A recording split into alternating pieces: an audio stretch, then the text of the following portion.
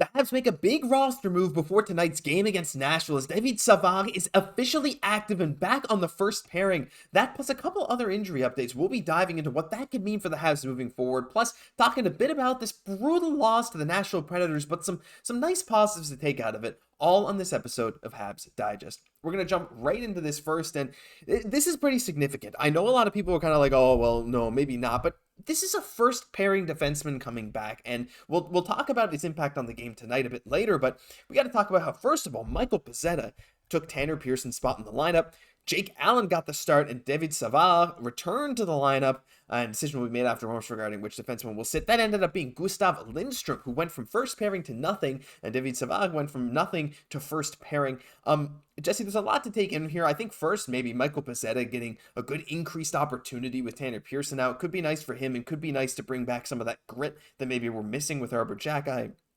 But also, Savard coming back, I feel like it just increases the competition for these defensemen, and you never know. It might just spark a little bit of extra play to say, hey, my spot might be in danger.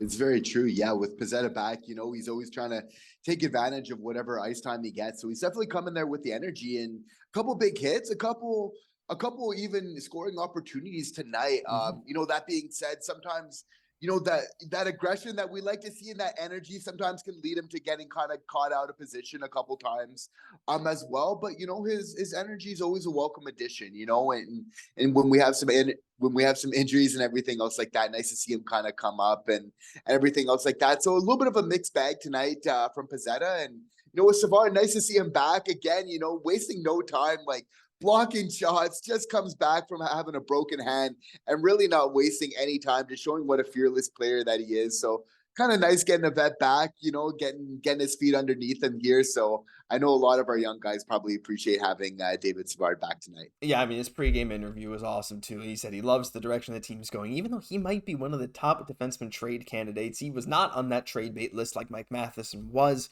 You got to think, the guy, I mean, his contract isn't that bad. He's got a ton of experience. He plays that playoff brand of hockey, so you might be willing to take him on if you're another team. But let's just talk about the game. And I got this question. I'll open this to you, Jesse. Is this getting concerning with this being the Habs' lack of consistent offense? And my gut instinct is no, not yet. But I will say it's getting frustrating. And when I say that, I just mean like, it's not just 1 year. It's now the second year in a row. And I know the Habs don't necessarily have a lot of the best offensive talent. And I know Kirby Dach is out for the season. Alex Newhook, who brings like this great dynamic, fast, speedy game that can make a team more offensive instantly. These guys are out for long periods of time. And you bring back a guy like Savard, who doesn't necessarily bring a ton on offense, but you go out there and you just put up one goal again. The Habs have one goal in their last 2 home games, 3 goals in their last 3 combined. Gallagher had a classic game, 4 PIMs, 2 penalties, 10 shots on goal. He was scrapping in front of the net. Is this becoming a concern for you at all, that the Habs just, like, it seems like their offense almost doesn't know what to do sometimes, despite the fact they had almost 40 shots tonight? It just felt like there were lots of stretches where it's like, man, like, nothing's happening.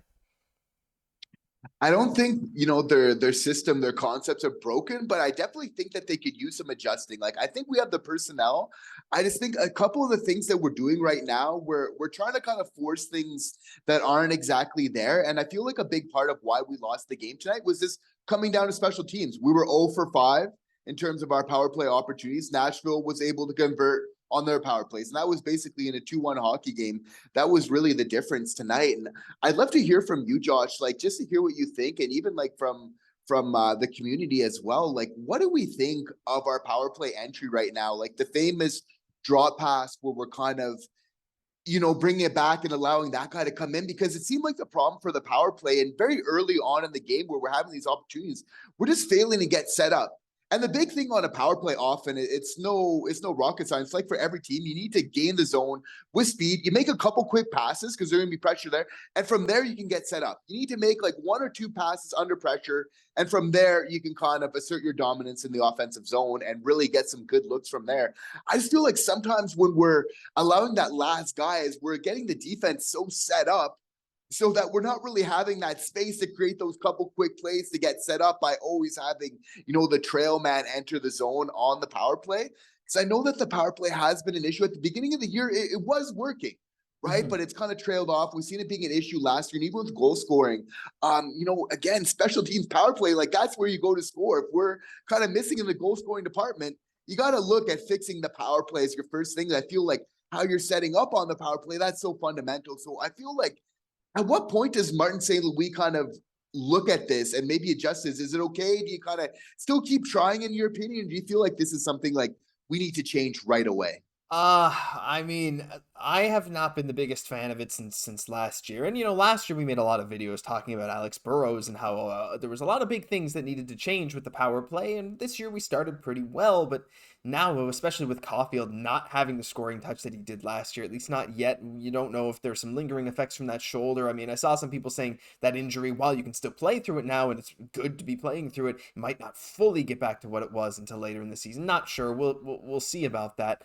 But with that kind of lack of a threat there, I don't want to say lack of a threat, but lesser threat than it was before, it's like you're going to need to come up with some other things too. And specifically to the zone entry, it's like, I just feel like against experienced teams, it doesn't work as well. Like you watched it work quite well against Buffalo in yesterday's game, and they're a younger, less experienced team. It worked wonders against a team like San Jose. These younger teams, you can often do it. But I have found that against the veteran teams, or even just more skilled teams in general, you get stuffed at the line a little too much. And I think you're right. If you're Montreal, you got to look at some other ways. And some of the best power play entries, remember that goal a number of weeks ago, where Mike Matheson, it might have been over a month ago now, where he just took it almost end to end on the power play. He saw that space and he took it and he just went. And those kind of like decisions on the fly, I think, should happen maybe a bit more. Again, I don't really know. Like, I don't want to say I can run a power play better than the Habs can. No, I can't. I really don't know almost anything that goes on behind the strategy with that. I'm not going to lie. I'll be fully transparent. I don't know much about that. So, but it's just my gut feeling when I watch this. You do it over and over again and it doesn't work. I feel like maybe a little more freedom would be nice. Yeah, I don't know. The power play, I think, is a huge problem, Jesse. And in a 2-1 hockey game, like you said, it's just like, that right there is the single difference maker, and I feel like it's been that way more games than it hasn't this year.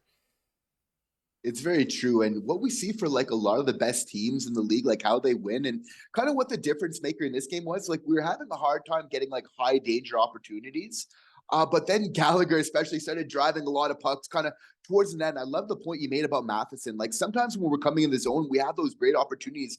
A lot of the best teams in the league, like Boston, you'll see if they have a great zone entry on their power play, it's great to get set up. But if they have a great opportunity, they're going to take it right away. And I think sometimes just that aggressiveness is sometimes just driving the puck to the net as much as possible, forcing play towards the net, much as Nashville was trying to do tonight. And then conversely, all the best teams, what they do is they drive all the play towards the net, but then they also clear all the traffic in front of their net, and they try to eliminate any high danger opportunities in front, right? So it seems like a simple kind of philosophy. That's where really the goal scoring happens. So that was kind of the difference in the game where we did claw back, which was nice. We're actually getting outshot at one point, 22-11 to actually at the end, being right on par, if not a little bit more than Nashville in terms of the shot department. So it was nice how we were able to really rally. We were so close. I find the officiating was a little bit weird tonight. Like Nashville definitely got away with a too many men on the ice penalty. There was a couple of weird ones right at the beginning of the third. Like the yapping one, like someone got a penalty for like being too loud. I don't know what was happening. It was, the refs kind of lost control of that game a little bit. I agree that it was chippy a little bit, but it just seemed like it wasn't consistent in terms of the officiating. That's always what the most, that's always the most frustrating thing. But again, we're probably taking a little bit too many penalties, but we did battle. Mm-hmm. We did battle to make this a close game. We were playing some good hockey. So I don't think like Marty St. Louis is going to be completely upset with this. It's just, again, we just want to take advantage of those opportunities. But other than that, a very close hockey game. Yeah, and Jake Evans, shout out to him. He scored the only goal for the Habs, unassisted, goes in through a lot of the Nashville defense. This was right after a Habs goal got that disallowed. It was Armia who, it was, again, a little scramble in front. Of course, Gallagher is right near the goal, and it goes in, but Gallagher got shoved from behind, and I feel like he didn't make in classic Gallagher fashion, maybe he didn't make 100% effort to get out of the way of Saros, and Marty didn't even challenge it. He was kind of like, yeah, we're not going to win that, and that's fair. Could you argue that Gallagher got shoved in and it wasn't his fault? Yeah, I don't think the team wanted to. But yeah, I mean, Evans scores that goal, but again, Jesse, you're very right. It was a weird game, but what I do like is that on the second game of a back-to-back, the Habs played some of their best hockey later in the game, in that third period where they were getting a lot more shots. So that's good too. It's showing it's not their legs, it's maybe their psychology, something else. And just before we ended, I wanted to show the game scorecards.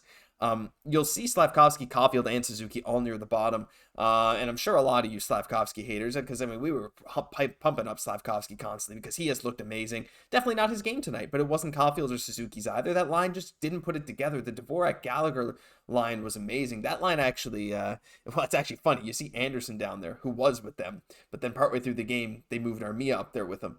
I don't think I've ever seen a winger away from his other two line mates that far on a graph before. Anyway, Josh Anderson, I really hope he turns it around. I do really like Anderson. I think he will figure out his game.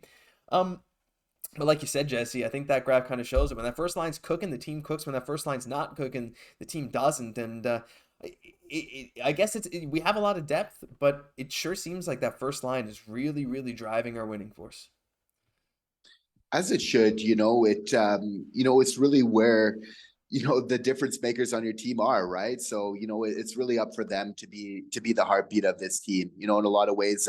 Suzuki, again, it's such a fine line in this game. He's getting a couple close opportunities, but again, just sometimes we're just not quite taking care of the puck enough on that first power play, which is comprised of Caufield, of Suzuki, of Slafkovsky, of course, Matheson's involved in there as well as Monahan. But I think that's going to be important, probably a focus of Martin St. Louis in practice over the next couple of games. He seems to do a really good job of focusing on what the team needs to do better. And it's, I would imagine probably focus on the power play and just taking care of that puck. It's so important, just a couple of those. We can just keep it in at that blue line and then, us be the one kind of running the offense instead of playing defense on our own end, right? It's really such a huge difference, but I definitely believe that this team is building chemistry. There's definitely ebbs and flows to development, as we know. So there's one thing we can learn is that to be patient as Habs fans, and we're definitely going to be rewarded for that. Yeah, 100%. It was still a fun game to watch, especially down the stretch. It was a close game.